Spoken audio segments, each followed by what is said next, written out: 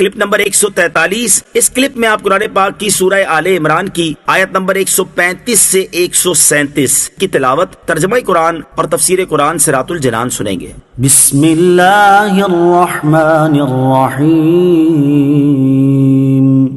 ترجمہ، اللہ کے نام سے شروع جو نہایت مہربان رحمت والا ہے۔ والذین اذا فعلوا فاحشة او ظلموا انفسهم ذکروا اللہ فاستغفروا لذنوبهم ومن يغفر الذنوب الا اللہ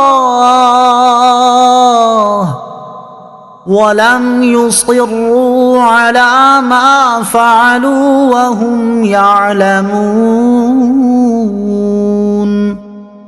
أُولَئِكَ جَزَاؤُهُمْ مَغْفِرَةٌ مِّن رَّبِّهِمْ وَجَنَّاتٌ تَجْرِي مِن تَحْتِهَا الْأَنْهَارُ خَالِدِينَ فِيهَا وَنِعْمَ أَجْرُ الْعَامِلِينَ۔ ترجمہ، اور وہ لوگ کہ جب کسی بے حیائی کا ارتکاب کر لے یا اپنی جانوں پر ظلم کر لے تو اللہ کو یاد کر کے اپنے گناہوں کی معافی مانگے، اور اللہ کے علاوہ کون گناہوں کو معاف کر سکتا ہے، اور یہ لوگ جان بوجھ کر اپنے برے اعمال پر اصرار نہ کریں، یہ وہ لوگ ہیں جن کا بدلہ ان کے رب کی طرف سے بخشش ہے، اور وہ جنتیں ہیں جن کے نیچے نہریں جاری ہیں، یہ لوگ ہمیشہ ان جنتوں میں رہیں گے، اور نیک اعمال کرنے والوں کا کتنا اچھا بدلہ ہے۔ ذکروا اللہ فاستغفروا لذنوبہم، اللہ کو یاد کر کے اپنے گناہوں کی معافی مانگیں۔ پرہیزگاروں کے اوصاف کا بیان جاری ہے، اور یہاں ان کا مزید ایک وصف بیان فرمایا، وہ یہ کہ اگر ان سے کوئی کبیرہ یا صغیرہ گناہ سرزد ہو جائے تو وہ فوراً اللہ عز و جل کو یاد کر کے گناہوں سے توبہ کرتے ہیں، اپنے گناہ پر شرمندہ ہوتے ہیں اور اسے چھوڑ دیتے ہیں، اور آئندہ کے لیے اس سے باز رہنے کا پختہ عزم کر لیتے ہیں، اور اپنے گناہ پر اصرار نہیں کرتے، اور یہی مقبول توبہ کی شرائط ہیں۔ اس آیت کا شان نزول یہ ہے کہ تیہان نامی ایک کھجور فروش کے پاس ایک حسین عورت کھجور خریدنے آئی۔ دکاندار نے کہا یہ کھجوریں اچھی نہیں ہیں، بہترین کھجوریں گھر میں ہیں۔ یہ کہہ کر اس عورت کو گھر لے گیا اور وہاں جا کر اس کا بوسہ لے لیا اور اسے اپنے ساتھ چمٹا لیا۔ اس عورت نے کہا اللہ عز و جل سے ڈر۔ یہ سنتے ہی تیہان نے اس عورت کو چھوڑ دیا اور شرمندہ ہو کر حضور پر نور علیہ السلام کی خدمت میں سارا ماجرا عرض کیا۔ اس پر یہ آیت کریمہ نازل ہوئی۔ ایک روایت یہ ہے کہ دو شخصوں میں بڑا پیار تھا، ان میں سے ایک جہاد کے لیے گیا اور اپنا گھر بار دوسرے کے سپرد کر گیا۔ ایک روز اس مجاہد کی بیوی نے اس انصاری سے گوشت منگایا، وہ آدمی گوشت لے آیا۔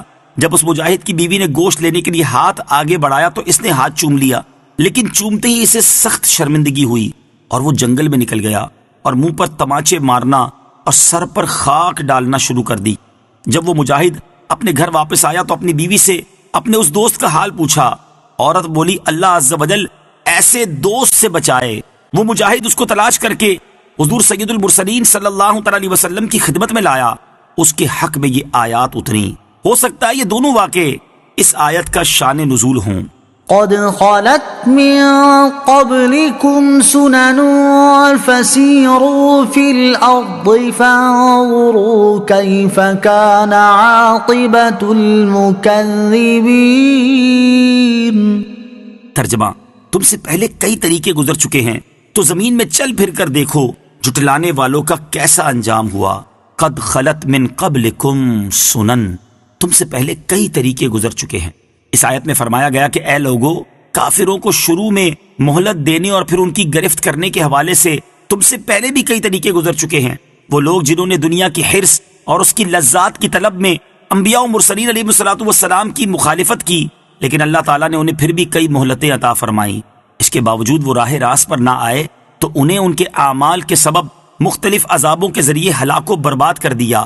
تو اے لوگو، ان زمینوں کی طرف سفر کرو جہاں پہلے کفار آباد تھے، جنہوں نے اپنے رسولوں کی مخالفت کی، جس کی وجہ سے ان پر عذاب الہی آیا اور وہ تباہ کر دیے گئے۔ ان کی اجڑی بستیاں دیکھ کر عبرت پکڑو اور سید المرسلین صلی اللہ تعالی علیہ وسلم پر ایمان لاؤ۔ یاد رہے کہ عبرت و نصیحت اور صحیح مقصد کے لیے سیر و سیاحت کرنے میں بہت فوائد ہیں۔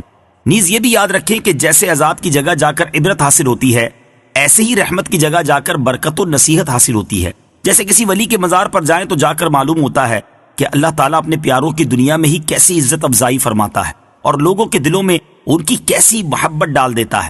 اس لیے ایسی رحمت والی جگہوں پر بھی برکت و نصیحت کے لیے جانا چاہیے۔